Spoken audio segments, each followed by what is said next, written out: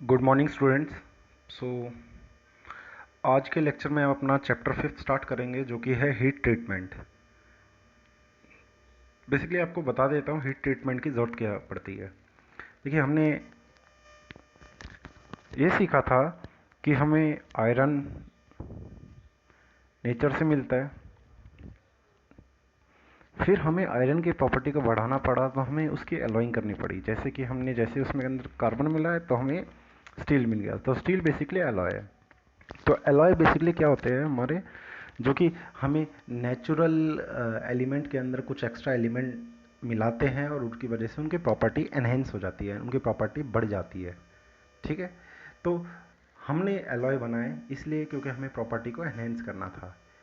Basically heat treatment भी वही वैसा ही प्रोसेस है। जैसा कि आपको पता है कि हम एक पर्टिकुलर लिमिट से ज़्यादा परसेंटेज नहीं मिला ऐड कर सकते। जैसे कि आपको पता होगा आयरन के अंदर आप कार्बन मैक्सिमम 4.5% तक इंक्रीज़ कर सकते हो।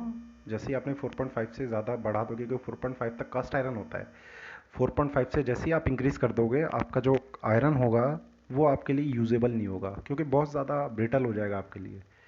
ठीक है, तो इसीलिए हम 1% तक हम उसके अंदर कार्बन या उसके अंदर कोई भी अलाइंग एलिमेंट है बढ़ा सकते हैं, उससे ज़्यादा परसेंट तक हम नहीं बढ़ा सकते। अगर आप अपने पिछले पिछले चैप्टर को देखें तो उसमें कोई भी परसेंटेज कोई भी 5 या 6 से ज़्यादा नहीं होगी। ओके, तो अगर फिर भी हमें उसकी प्रॉपर्टी को एनहेंस करना हो तो उसका एक तरीका होता है हीट ट्रीटमेंट। हीट ट्रीटमेंट का मतलब बेसिकली क्या होता है, किसी भी यूजुअली अगर हम मेटल की बात करें तो हम फेरस की बात करते हैं। किसी भी फेरस मेटल को अगर आप हीट करो और उसे हीट करने के बाद ठंडा करो। ठंडा करने के अलग अलग तरीके होते हैं।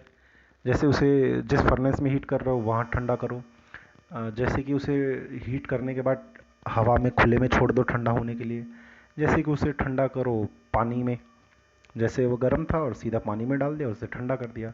तो बेसिकली होता क्या है कि हीट करके ठंडा करने से फर्क पड़ता है उसके माइक्रो स्ट्रक्चर पर। जैसे कि आपका कोई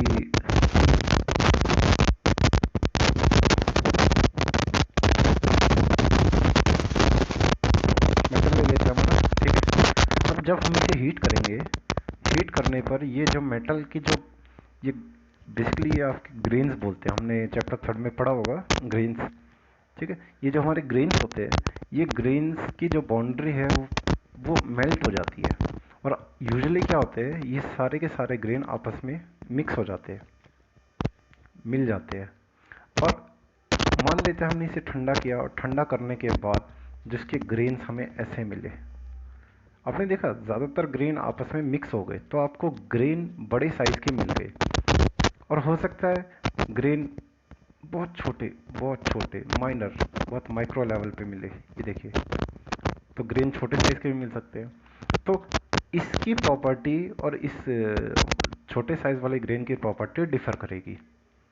ठीक है, तो वो प्रॉपर्टी को हम एनहेंस भी कर सकते हैं। देखिए, यूजुअली हीट ट्रीटमेंट हम प्रॉपर्टी बढ़ाने के लिए करते हैं। कभी कभी हमें ब्रिटलनेस चाहिए हो, हार्डनेस चाहिए हो, तब भी ये प्रॉपर्टी करते हैं। अगर ब्रिटलनेस को कम करना हो, डक्टिलिटी ज़्यादा चाहिए हो, तब भी हमें ये प्रॉपर्टी चाहिए होती है। तो बात करते हैं हीट ट्रीटमेंट किस लिए यूज़ करते हैं। हमें एक बेटर और एक ऐसी प्रॉपर्टी चाहिए जो हमें मेन कोई एलिमेंट या कोई मटेरियल दे ना रहा हो। तो लिखते हैं, it is the operation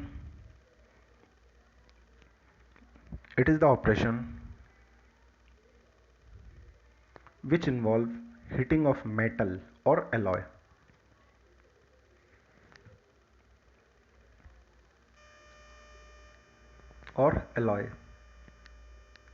and holding them at temperature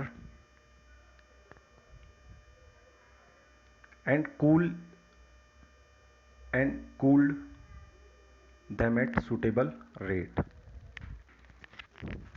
okay, तो बेसिकली हमने डेफिनेशन में क्या लिखा है कि ये बेसिकली वो प्रोसेस होता है जिसमें हम किसी मेटल को हीट करते हैं। हीट करने के बाद उसे कुछ टेम्परेचर तक थोड़ी देर तक हम रखते हैं। लाइक कोई भी टेम्परेचर है, 300 डिग्री सेल्सियस है, हमने वहाँ तक रखा, थोड़ी कांस्टेंट टेम्परेचर 5 या 10 मिनट तक रखा। फिर उसके बाद हमने उसे ठंडा किया। ठंडा कैसे किया, डिज़ायरेबल रेट, मतलब जल्दी ठंडा करना चाहते हैं तो उसे पानी में डाल देंगे, हम चाहते हैं कि उसे 2-3 घंटा लगे तो हम हवा में छोड़ देंगे, और हम चाहते हैं उसको बहुत ज़्यादा टाइम लगे तो हम उसे फर्नेस में ही, जहाँ हम उसे गर्म किया है उसी पे ठंडा होने के लिए छोड़ देंगे। ओके। नेक्स्ट है ऑब्जेक्टिव ऑफ हीट ट्रीटमेंट। अब देखिए फ़ायदे या जो ऑब्जेक्टिव है हीट ट्रीटमेंट के हमारे लिए क्या क्या है। जैसे पहली बात करें तो हीट ट्रीटमेंट करने से इंटरनल स्ट्रेसेस रिलीज हो जाते हैं। देखिए यूजुअली क्या होता है कि किसी भी मटेरियल के ऊपर आपने एलोइंग किया या उसके ऊपर कोल्ड वर्किंग या हॉट वर्किंग की या उसे प्रेस करने की कोशिश की, तो उसके अंदर कुछ स्ट्रेसेस अंदर रह जाते हैं जो बाहर नहीं निकल पाते। ठीक है, स्ट्रेस अंदर रह जाते। जैसे एक बेसिक सा एग्जांपल है, अगर आप कोई हैवी वर्क करो बहुत ज़्यादा टाइम के लिए, 1 या 2 घंटे के लिए, तो कभी कभी हमें बॉडी में पेन होना स्टार्ट हो जाता है। क्यों? क्योंकि जो आपने वर्क किया है ना, उसकी वजह से आपकी बॉडी में वो स्ट्रेस अंदर रह जाता है, जिसकी वजह से आपको रेस्ट करने की ज़रूरत पड़ती है। ऐसे ही मेटल के अंदर भी वो स्ट्रेस अंदर रह जाता है, क्योंकि उस पर बहुत सारे ऑपरेशंस होते हैं। तो हमें वो स्ट्रेस अगर निकालना है तो हीट ट्रीटमेंट से हम उसके स्ट्रेस को निकाल सकते हैं। क्योंकि आपको पता है, हमने बोला है हीट ट्रीटमेंट करने की वजह से बाउंड्रीज आपकी बेसिकली क्या हो जाती है, बाउंड्रीज मेल्ट हो जाती है। बाउंड्रीज मेल्ट होने की वजह से जो स्ट्रेस अंदर होता है, स्ट्रेस को फोर्स की वजह से, हीट की वजह से स्ट्रेस बाहर की तरफ निकल जाता है। तो पहला काम आपका इंटरनल स्ट्रेस को रिलीव करने का। नेक्स्ट है इम्प्रूव हार्डनेस एंड स्ट्रेंथ। देखिए स्ट्रेंथ और हार्डनेस बढ़ाना हो तो भी हम इसकी हीट ट्रीटमेंट को यूज़ करते हैं। आपने देखा होगा पीछे जब हमने स्ट्रेंथ बढ़ानी थी, जैसे कि हमारे पास हाई कार्बन स्टील था, हाई कार्बन स्टील की अगर हमें स्ट्रेंथ और बढ़ानी थी, एचएसएस बनाना था, तो उसे एलॉय स्टील बनाना पड़ा। तो एलॉइंग करने का भी एक, एलॉइंग से भी हम हार्डनेस बढ़ाते हैं, और उसके अलावा एक तरीका होता है हीट ट्रीटमेंट का। अगर हम उसे डक्टिलिटी और टफनेस देना है तो भी हम हेल्प करता है।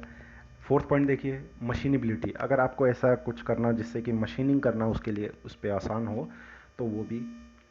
और फिफ्थ पॉइंट कि आपको पता है कि मैंने बताया ग्रेन साइज़ बढ़ा या घटा सकते हैं हम, तो ग्रेन साइज़ भी हम इसी हीट ट्रीटमेंट की मदद से चेंज कर सकते हैं। ग्रेन साइज़ कैसे चेंज होंगे वो डिपेंड करेगा हम उसे ठंडा कैसे कर रहे हैं।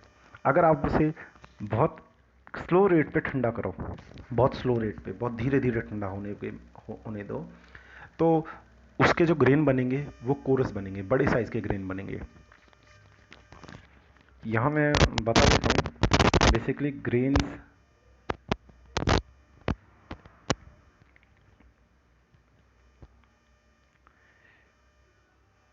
तीनों मेटल में मैं आपको ग्रेन बताता हूँ। देखिए एक ग्रेन, ये ग्रेन्स मीन्स आप बोल सकते हैं इनको एटम्स। ओके, जिससे ये बने हुए हैं।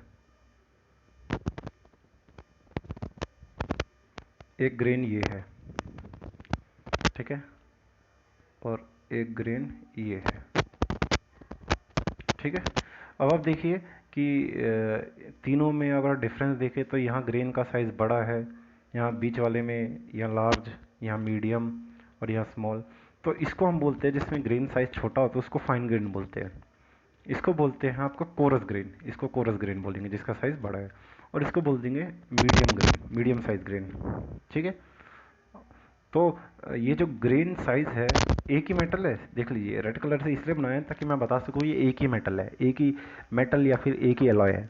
तो एक ही मेटल है, बट हीटिंग इनकी अलग अलग तरीके से की गई है, जिसकी वजह से इनके ग्रेन का साइज़ चेंज हो गया। जैसे अगर मैं इसको ठंडा बहुत स्लो रेट से करूँ तो मुझे ये मिलेगा, जल्दी ठंडा करूँ पानी में डाल के, ऑयल में डाल के, तो मुझे ये मिलेगा। और अगर उसको इन दोनों के बीच का टाइम दूँ तो मुझे ये वाला ग्रेन मिलेगा। तो वहाँ लिखा हुआ है कि improve it also change the grain size. Okay, next it improve electrical and magnetic property. देखिए इलेक्ट्रिकल और मैग्नेटिक प्रॉपर्टी भी इम्प्रूव कर सकते हैं हम इसकी मदद से। ओके, और एक और चीज़ आप पॉइंट नंबर 15 देखिए, it harden non ferrous metal. देखिए आपके फेरस मेटल आपने पढ़े होंगे जिसके अंदर आयरन प्रेजेंट होता है, नॉन फेरस जिसके अंदर आयरन प्रेजेंट नहीं होता। तो हम उन नॉन फेरस मेटल को भी इस प्रोसेस की वजह हेल्प से हम उसे क्या कर सकते हैं, हार्डन कर सकते हैं, हार्ड कर सकते हैं। जैसे कि एल्यूमिनियम हो गया, कॉपर हो गया, अगर इनको और ज़्यादा हार्डनेस देनी है तो हम इनकी मदद से दे सकते हैं। तो इसमें ऑब्जेक्टिव में आपको कम से कम 5 या 6 पॉइंट पता हो, तो 5 या 6 पॉइंट आप लिखिए और उनको अपने लिए नोट करिए। नेक्स्ट है micro constitution of iron and steel. देखिए आयरन और स्टील के डिफरेंट डिफरेंट टाइप्स होते हैं हमारे। जैसे हमारा जो आयरन है उसके अंदर कार्बन परसेंटेज को चेंज करते जाएंगे तो उसके डिफरेंट डिफरेंट आपके पॉइंट बनेंगे। जैसे हमारा फेराइट भी एक पार्ट होता है, पेरलाइट भी एक पार्ट होता है, मार्टनसाइट, स्पिरोलाइट, बेनाइट, सीमेंटाइट, ये सभी आयरन और कार्बन के कंपोजिशन से स्टील जो बनती है ना अलग अलग टाइप के हैं। ठीक है, तो ये उसके स्ट्रक्चर्स है। अब सवाल है कि आपको ये फेराइट, सीमेंटाइट, परलाइट इनके बारे में कुछ नहीं पता, तो यहाँ हमारा काम आता है। आई थिंक आपको ये याद आ रहा हो मार्टनसाइट, पीछे हमने ऑस्टेनाइट और ये फेराइट, ये हमने स्टील में पढ़ा था। मैंने आपको बोला था नेक्स्ट चैप्टर में हम करेंगे, तो ये वही चैप्टर है। देखिए ये आपका है बेसिक एक important iron carbon equilibrium diagram है। बेसिकली ये आपका आयरन और कार्बन परसेंटेज चेंज होने के तरीके से आपको बताता है कि जैसे जैसे आयरन के अंदर कार्बन की परसेंटेज चेंज होगी वहाँ क्या क्या चेंजेस आएंगे, यहाँ क्या स्ट्रक्चर बनेगा। तो अगर मैं आपको इसका डायग्राम बताऊं तो डायग्राम बेसिकली ये आपका एक्सेस है, यहाँ आपका परसेंटेज होती है, यहाँ आपका ये टेम्परेचर, ठीक है, और यहाँ आपका परसेंटेज ऑफ कार्बन है। ओके, मेरे पास जगह नहीं है तो मैं जस्ट आपको परसेंटेज बताऊंगा, आप डायरेक्टली नोट कर सकते हो।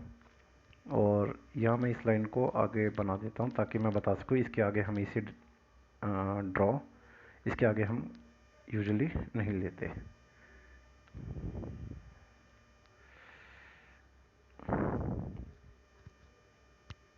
देखिए इस लाइन के उस तरफ, इस लाइन के यहाँ इस तरफ वाले में आपका जो ये लाइन है ये बेसिकली 6.67% पे बनी हुई है, क्योंकि 6.67% से अगर आप आगे जाके बनाओगे तो वहाँ आपका आयरन कार्बन तो होगा, बट कार्बन होने की वजह से वो आपका आयरन इतना ज़्यादा हार्ड होगा कि आप उसको यूज़ नहीं कर पाओगे। तो ध्यान रखना, ये जो हमारा पार्ट है, ये जो हमारा अगला जो पॉइंट है, मैंने अभी आपको बताया था कि कार्बन हम 4.5 से ज़्यादा यूज़ नहीं करते, तो बेसिकली हमारा 6.67% से आगे हम आयरन हमारे किसी यूज़ का ही नहीं होता, क्योंकि उसका हार्डनेस बहुत ज़्यादा हो जाती है। किसकी वजह से? कार्बन परसेंटेज होने की वजह से।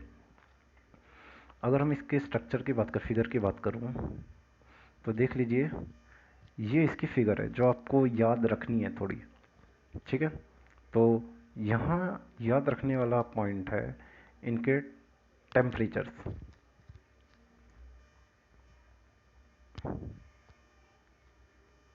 सबसे पहले ये, ओके, देखिए ये बनाया है मैंने ये वाला पॉइंट, ठीक है। अगर इनके टेम्परेचर आप देखें तो देखिए 910 और 723, तो यहाँ जो आपका ये टेम्परेचर है, ये जो इस लाइन से मिलता है, ये 723 और ये 910।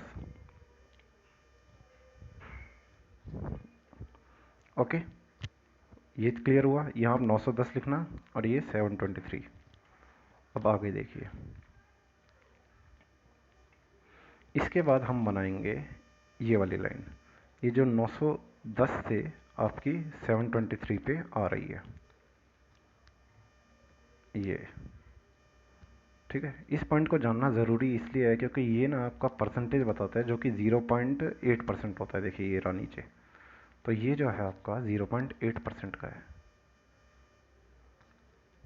ओके, नेक्स्ट, जब इसको हमने आगे ऊपर उठाया तो हम गए इस पॉइंट पे जो कि 2.1% होता है। देखिए नीचे है 2 लिखा हुआ है, ये 2.1% होता है। और इस लाइन को आप आगे मिला दीजिए, ठीक है। ये जो इस लाइन का ये जो टेम्परेचर होता है ये होता है 1100 डिग्री सेल्सियस, 1190 के करीब होता है कुछ, और ये देखिए 1100, हाँ 1100 डिग्री सेल्सियस है। तो ये पॉइंट है आपका 1100 डिग्री सेल्सियस, तो आप ये लिख लेना। ओके, नेक्स्ट है आपका ये पॉइंट आगे जाता है और यहाँ एक आपका 1400 डिग्री सेल्सियस मिलता है, और ये आपका 1500, 1590।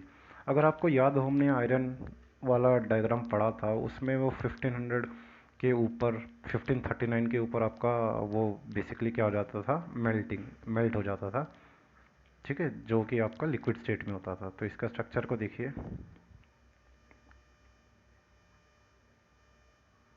ये ओके। और यहाँ टेम्परेचर हुआ 1400, यहाँ 1539, और ये 1490 के करीब ये टेम्परेचर होता है। और नेक्स्ट बाद में इन्होंने देखो इसको मिला दिया ये। तो आपको टेम्परेचर से 723 इसका याद होना चाहिए, 910 इसका याद होना चाहिए, 1400 इसका याद होना चाहिए, 1100 इसका, 1490 और 1540 के करीब 1539। देखिए ये रहा 1490, 1400, 1100 और 723 और ये 910। ओके, इसको कंप्लीट करूँ तो बेसिकली ये इसको और यहाँ तक ज्वाइन कर दो। ये आपका आयरन कार्बन डायग्राम होता है। तो आपको मैंने इनिशियली बस इसको इसीलिए बनाया ताकि आप इसको बनाना सीख सको कि कैसे बनाना है। बाकी टेम्परेचर्स आपको, बाकी जो ये टेम्परेचर है वो याद रखने की ज़रूरत नहीं है आपको, ठीक है। और यहाँ ध्यान रखना, ये आपका 0.8% कार्बन होता है, ये 2.1 होता है, ये 4.3 होता है और ये 6.67 होता है। ओके, सो आप इसको अपनी तरीके से ज़रूर ड्रॉ करना ताकि आपको ये आयरन कार्बन डायग्राम क्लियर हो।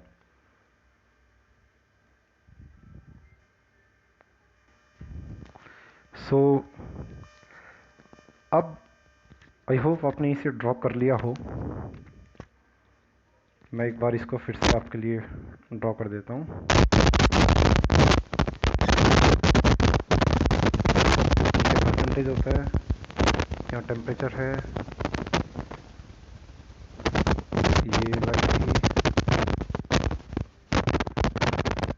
ठीक है, ये आपका 723, 910, ये आपका 8%, ये आपका 2.1%,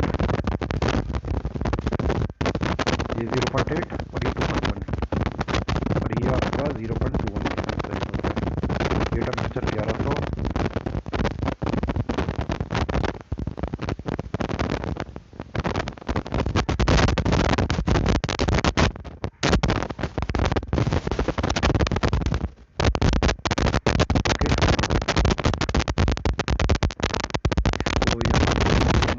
ये टेम्परेचर 1539, ये टेम्परेचर आपका 1490, ये टेम्परेचर आपका थर्ड वाला 1400, ठीक है। और ये जो परसेंटेज होता है वो हमारा 4.1 और 4.3 के करीब,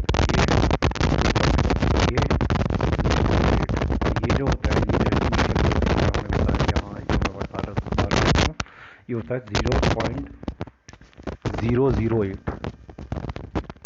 ओके, तो आपको ये डायग्राम याद रहना चाहिए। इसे हम बोलते हैं आयरन कार्बन डायग्राम। देखिए आपका ये वो जो हमने last time allotropes of carbon पढ़ा था उसके जैसा ही टेम्परेचर है, बट इसको उससे मिक्स मत करना। ये आयरन कार्बन है, वो सिर्फ प्योर आयरन का था। टेम्परेचर बेसिकली इन दोनों के एक जैसे दिख रहे हो, बट ये हमारा आयरन कार्बन डायग्राम है और वो हमारा था सिर्फ आयरन के लिए। अब अगर मैं आपको दिखाऊं, ये आपका 0.02% है। ये जो पॉइंट होता है आपका, ये 0.8 वाली लाइन वाला, इस पॉइंट को हम बोलते हैं यूटेक्टॉइड। देखिए इन्होंने लिखा हुआ यूटेक्टॉइड, ओके। और जो ये वाला पॉइंट होता है इसे हम बोलते हैं यूटेक्टिक। देखिए इन्होंने यूटेक्टिक लिखा हुआ है, तो ये पॉइंट यूटेक्टॉइड और ये point eutectic, okay. Basically ferrite हमारा वो परसेंटेज ऑफ वो आपका आयरन कार्बन होता है जिसके अंदर बहुत कम परसेंट कार्बन होता है। देखिए इनिशियली आपका फेराइट है और 2% से कम आपका फेराइट और परलाइट एग्जिस्ट करता है। फेराइट और परलाइट मिलजुला। इनके स्ट्रक्चर आपको पीछे हमने देखिए हमने फेराइट ऐसा दिखाई देता है, फेराइट और परलाइट ऐसा दिखाई देता है, परलाइट अकेला ऐसा दिखाई देता है, ठीक है। तो देखिए, अगर मैं 0.8% वाला पार्ट लूँ और कहाँ तक, 2% तक, तो 0.8 से 2% के बीच में जो हमारा आयरन प्रेजेंट होता है वो तो परलाइट और सीमेंटाइट, ठीक है। मतलब यहाँ तक फेराइट था, फिर परलाइट, फेराइट और परलाइट एक साथ 0.8 तक। आगे गए तो फेराइट हट गया, फिर परलाइट और सीमेंटाइट बचा। देखिए सीमेंटाइट बेसिकली क्या होता है, आपका जो कार्बन होता है ना, वो कार्बन बहुत हार्ड फॉर्म में प्रेजेंट होता है आयरन के अंदर, स्पेरिकल फॉर्म में, जिसकी वजह से आपका आयरन हार्ड होता जाता है। तो जहाँ सीमेंटाइट बढ़ता जाएगा ना, वहाँ आयरन हार्ड होता जाएगा। तो अगर मैं इस परसेंटेज की बात करूँ, ये 2.1% है। अब इस 2% की बात करूँ, आपको याद होगा आपका जो स्टील होता है वो हमारा 1.5% तक था, है। तो बेसिकली यहाँ से यहाँ तक लगभग वो आपका स्टील प्रेजेंट होता है। तो स्टील आपका फेराइट परलाइट और परलाइट सीमेंटाइट तक ही प्रेजेंट होता है।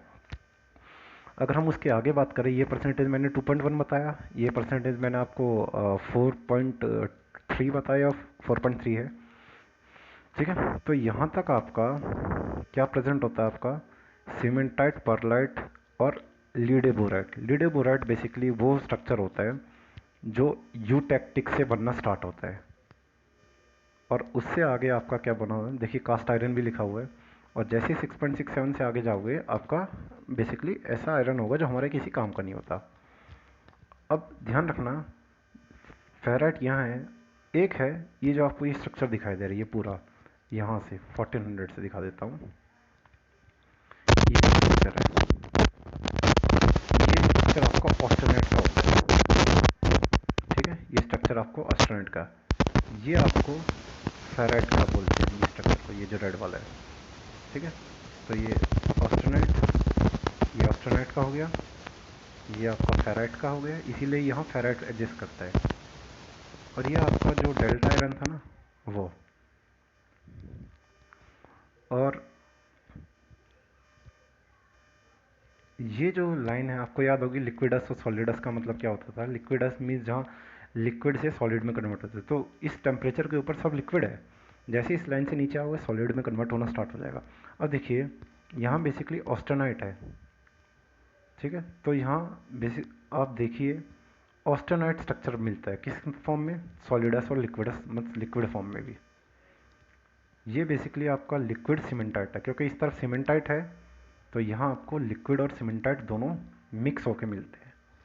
यूटेक्टिक के अगर लेफ्ट की बात करूँ, ये देखिए ऑस्टेनाइट और लीडेबोराइट। मैंने बोला लीडेबोराइट कहाँ से बनता है, 4.2 से आपका लीडेबोराइट बनना स्टार्ट होता है। अब ऑस्टेनाइट के साथ क्या बना, क्योंकि इसके पड़ोस में ऑस्टेनाइट है, तो लीडेबोराइट यहाँ बना है, तो दोनों का मिक्सचर बनेगा यहाँ, ठीक है। और यहाँ सीमेंटाइट और लीडेबोराइट, सीमेंटाइट के साथ क्यों मिक्स हुआ, क्योंकि 6.67 के left right hand side cementite था, तो अगर इस तरफ का लीडेबोराइट बनेगा तो राइट हैंड साइड वाली से मिलेगा जो कि है सीमेंटाइट, और इस तरफ का लीडेबोराइट राइट हैंड साइड जो कि है ऑस्टेनाइट। अगर मैं यहाँ बात करूँ और नीचे आए, देखिए कौन सी लाइन पे आ गए, वो जो आपका 723 था। अगर उसके नीचे की बात करें तो इस तरफ आपका ऑस्टेनाइट है, बट नीचे आपका लीडेबोराइट नहीं होता, नीचे आपका सीमेंटाइट है। तो ऑस्टेनाइट और सीमेंटाइट दोनों मिलके, ओके। और कौन से टेम्परेचर पे, ये 400 से नीचे गया तो सीमेंटाइट, परलाइट और लीडेबोराइट दोनों रहते हैं। तो बेसिकली ये आपका फेज डायग्राम है जो आपको पता होना चाहिए, ठीक है। इसकी परसेंटेज बहुत आपके लिए इंपॉर्टेंट मैटर करती है। ये आपका 0.025, ये आपका 0.008, ये 0.8, 2.1, 4.1, ये आपकी कौन सी लाइन है, इसके ऊपर से लिक्विड होता है, इस लिक्विड से नीचे सॉलिड में कन्वर्ट होने तो लिक्विडस लाइन है, ये लिक्विडस लाइन है आपकी, ठीक है।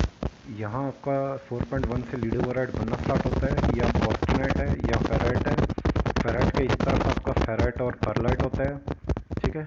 0.8 से इस तरफ फेराइट और परलाइट, फिर 2.1 से लेंगे तो आपका फेराइट तो नहीं रहा, यहाँ रहा था परलाइट और सीमेंटाइट। 2.1 से 4.1 तक लेंगे तो आपका यहाँ सीमेंटाइट था, किसके साथ, देखिए सीमेंटाइट था किसके साथ, परलाइट और लीडेबोराइट के साथ, और यहाँ सीमेंटाइट और लीडेबोराइट, और यहाँ सी आई का मतलब कास्ट आयरन है। तो देखिए कास्ट आयरन था, तो ये S1 S2 का मतलब है आपका स्टील। तो स्टील आपका यहाँ इस परसेंटेज तक प्रेजेंट होता है जो 2 लिखा हुआ है। टू के आगे कास्ट आयरन, और कास्ट आयरन से आगे आपको पता ही है, कास्ट आयरन से आगे आपका लोहा किसी काम का नहीं था, तो उस परसेंटेज से ज़्यादा आपका जो आपका आयरन होता है वो आपके यूज़ का नहीं होता। तो आई होप आपको ये चीज़ें क्लियर हुई होगी। सारी चीज़ें याद रखने की ज़रूरत नहीं है, मैं बस आपको ये बताना चाहता हूँ कि फेराइट कहाँ है। फेराइट है इस पॉइंट पे, देखिए ये जो छोटा सा एरिया है ना, ये जहाँ अल्फा आयरन लिखा हुआ है, ये पूरा फेराइट है। फिर यहाँ फेराइट है तो यहाँ परलाइट बना हो, तो फेराइट के साथ परलाइट मिक्स हो गया। थोड़ा आगे गए तो फेराइट कम होता जाएगा, तो परलाइट सीमेंटाइट के साथ मिक्स हुआ। थोड़ा और आगे गए तो सीमेंटेड परलाइट तो थे ही, और एक और चीज़ मिल गई जो कि हमारा 4 पॉइंट यहाँ से लिक्विड से सॉलिड में बनने स्टार्ट होती है, जिसका नाम है लीडेबोराइट। फिर थोड़ा और आगे गए तो आपका परलाइट तो बचेगा ही नहीं, क्या बचेगा, सिर्फ सीमेंटाइट और लीडेबोराइट। ध्यान रखना जैसे जैसे आगे जाएंगे पिछली चीज़ छूटती जाएगी। पहले फेराइट था किस तरफ, ये वाली जो लाइन है देखिए, ये जो लाइन है ये फेराइट की थी। अब यहाँ फेराइट है तो यहाँ फेराइट किसके साथ मिलेगा, जो कि परलाइट है। यहाँ आपका परलाइट किसके साथ मिलेगा, सीमेंटाइट के साथ। यहाँ परलाइट सीमेंटाइट और लीडेबोराइट मिला, और जैसे आगे गए तो परलाइट नहीं मिलेगा, सिर्फ क्या मिलेगा, सीमेंटाइट और लीडेबोराइट। ओके, फिर अगर ऑस्टेनेट की बात करें तो ये ऑस्टेनेट फॉर्म होता है, जिसको हम ये गामा आयरन बोलते हैं, ठीक है। और ये आपका डेल्टा, ये ध्यान रखना, ये डेल्टा। तो ये आपका अल्फ़ा आयरन, अल्फ़ा, ये गामा, और यहाँ आपका डेल्टा। ओके, तो ये स्ट्रक्चर था। आयरन कार्बन डायग्राम एक मैकेनिकल स्टूडेंट को पूरे अच्छे तरीके से याद रहना चाहिए। अब देखिए फेराइट और परलाइट का स्ट्रक्चर, तो सबका स्ट्रक्चर दे रखा है, आपको स्ट्रक्चर याद रखने की जरूरत नहीं है। सिर्फ ये कि अगर मैं आपसे बोलूँ फेराइट क्या होता है तो आपको पता रहे, सीमेंटाइट क्या होता है आपको पता रहे, ऑस्टेनाइट क्या होता है पता रहे, परलाइट, मार्टनसाइट। अब देखिए आपको इसमें मार्टनसाइट स्ट्रक्चर नहीं दिख रहा होगा क्योंकि वो आयरन कार्बन डायग्राम में आपको नहीं शो होता। बेसिकली सबसे हार्ड जो आपका आयरन प्रेजेंट होता है, सबसे हार्ड जो आपका आयरन और कार्बन का कंपोजिशन प्रेजेंट होता है वो होता है मार्टनसाइटिक स्ट्रक्चर। वो बेसिकली बहुत जल्दी ठंडा करने की वजह से होता है। और ये जो हमने आयरन कार्बन डायग्राम लिया है ये एक स्लो कूलिंग पे हमने लिया हुआ है, और मार्टनसाइटिक स्ट्रक्चर मिलता हमें एक फास्ट कूलिंग पे। जो हमारा तो ये मार्टनसाइट है ना, यहाँ ये लिखा हुआ है, वो आपको यहाँ दिखेगा नहीं क्योंकि ये आपका कर्व बना हुआ है स्लो कूलिंग का, और हमारा मार्टनसाइट दिखाई देता है एक फास्ट कूलिंग पे, बहुत जल्दी कूलिंग जो हम करते हैं। ओके, सो आई होप आपको ये आयरन कार्बन डायग्राम थोड़ा क्लियर हुआ होगा। डायग्राम को बनाइए, कुछ प्रॉब्लम है पूछिए, और इसके नेक्स्ट क्लास में हम इसके जो पॉइंट्स हैं इनके बारे में लिखेंगे। ओके।